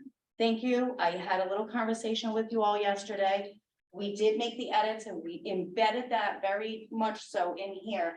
If you haven't seen the recording from the governor's task force last month, please, it's in the chat for those in Zoom. We can also add that. Please watch that or look at the slides at least and maybe listen to the recording. There was a focus group that really targeted or really took a look at some of the treatment access issues for the BIPOC community specifically, including our Latino community, which we know the data was showing us is disproportionately impacted and has increased. So I just wanted to kind of put that out there. And just for the sake of time, I'm not going to stay on this whole slide because I want you all to be able to leave and I don't want to keep talking. But this is it. Please focus on this treatment side because I've heard a lot about treatment. And then this is recovery. The one thing that I want to focus on the most on this slide and the next, both slides are both recovery, is this slide is the one slide where we're seeing the most amount of new. All the others, a lot of the other slides, there were a couple of new here and there. But if you notice in the recovery slide, we didn't invest as much. That's what the community, I'm speaking for the community or what I've heard from the community, plus you all know I'm part of the community, is, you know, we've heard that there wasn't as much investment in recovery, but there was a reason behind that. We talked about that at the beginning. I don't remember if it was Marty or Carrie who brought it up, but we really needed to focus on saving lives at that moment because it was increasing so tremendously. And it's such a huge impact. Every time one life, we lose one life, there's 10 people attached to that. So, but looking upstream and what we heard from the community and based on what we've been hearing in the task force and also in the work groups is to start to think about maybe adding more to recovery. Because we are at a plateau right now. I mean, I'm taking into account some of what Brandon said and my wheels are turning. I heard you and I don't disagree with you, but this is what came from the community that we need to start investing on recovery. And some of this is new. Some of this is, for instance, invest and support community-led events. It may say new, but we're already doing that. The Department of Health does that, BHDDH does that, EOHHS is doing that. So just to continue to do that, we put it as new because it's not official. We're kind of just doing it, but now let's make it official. Basic needs and recovery capital for individuals. I hear that all the time. We talked about housing and we talked about our homelessness crisis and our, you know, the housing issues and all of this stuff.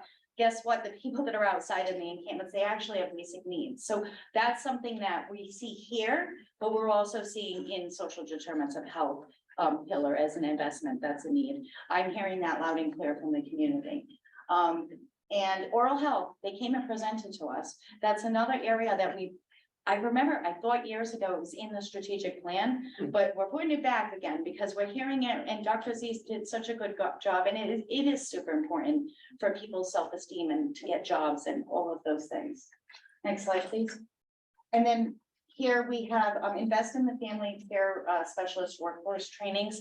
I put it as new, could be that it's supported somewhere else with federal funding. I don't know.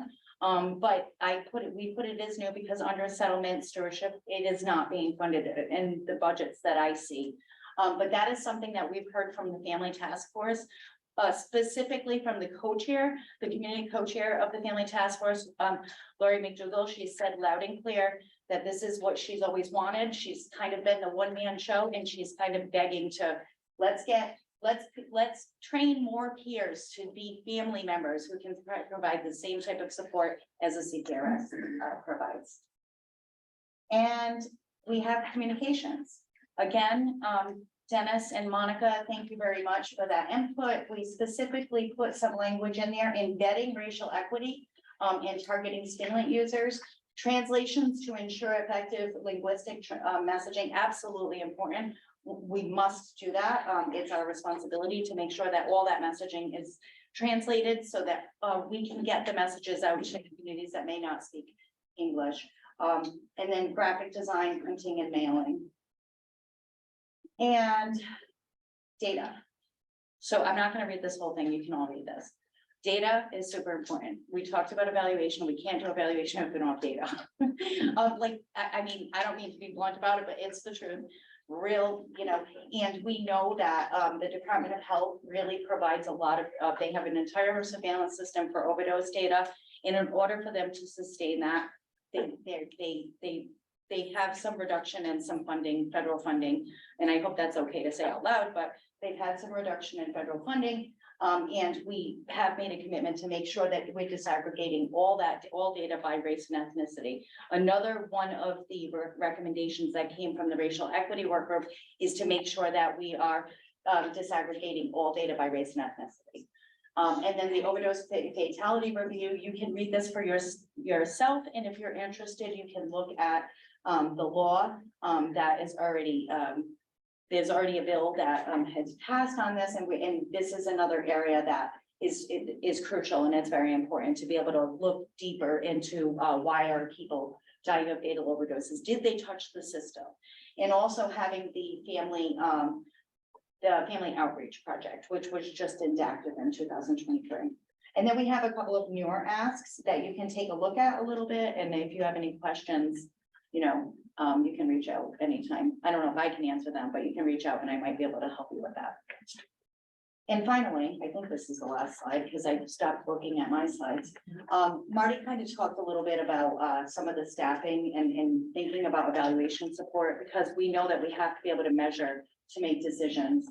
And then also to invest in diverse state staff that will support the OSAC work.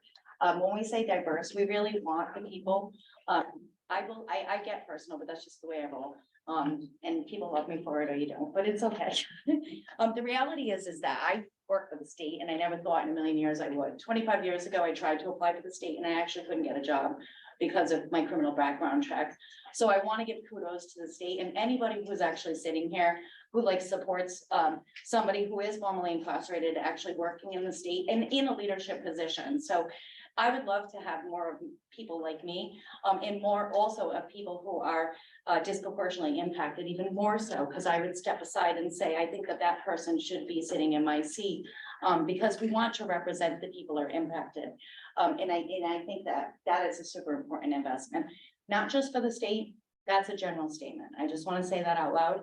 Super important, lived experience, BIPOC community, people who also Latino community or speak other languages. I think that is something to just think about, and I think that would be a great investment. Sorry to give my opinion, but that's what I'm here for. And emergency funds. And I think that's a lot of questions for Kathy.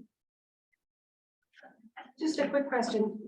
And I'm looking at a lot of these things that are really excellent, and some of them are quite specific, and I'm thinking that a lot of these things could also be good uses for the municipal funds. And I know I've talked to a lot of people, in my cohort that are like, we have this money, we don't know to spend it on, what should we be doing?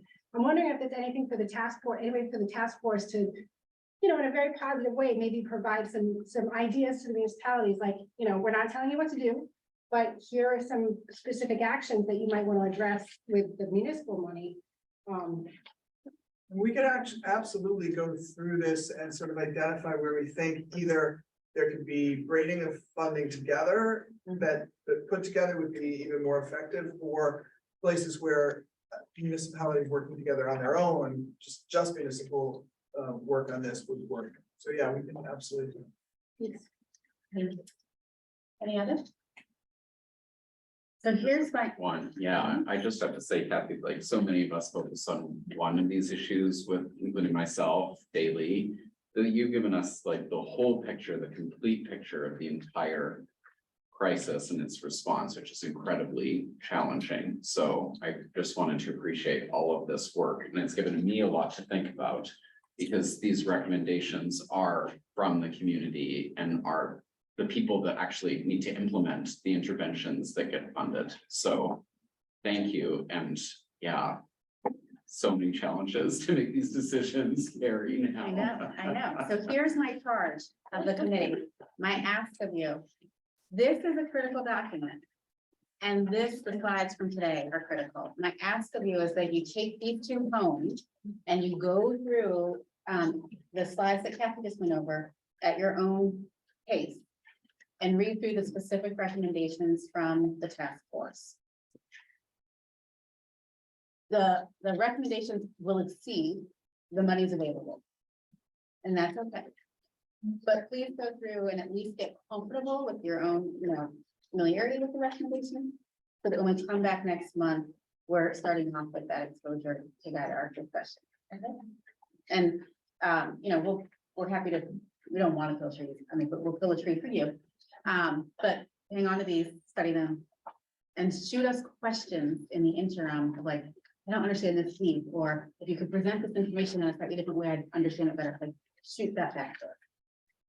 And we're also thinking that we will likely send you out, like we did a year ago, a sort of a survey on this where you can maybe a Likert scale, like a 1 through 5, what you think are important, so we can get the feeling of the committee together, and that will be more data for you to think about with places for some comments. So you'll see that in about a week, 10 days. Okay, I just want to, for those who can stay, thank you. If you have to go, it's understood. Open up for public comment one final time before we conclude. If there's comment in the room, and I'll open the chat as well.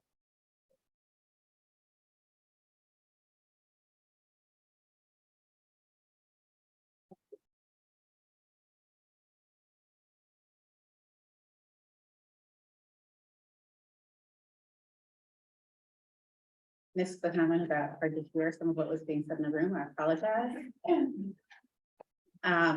There's not a public comment other than kudos to Kathy, which we echo. We'll conclude today's meeting. You'll review these things. We'll see you on August 24th.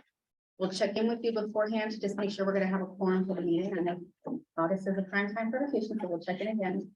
Thank you for your time today and your consideration, and I hope everyone enjoys the rest of your week. Thank you all. Thanks, Karen. Really.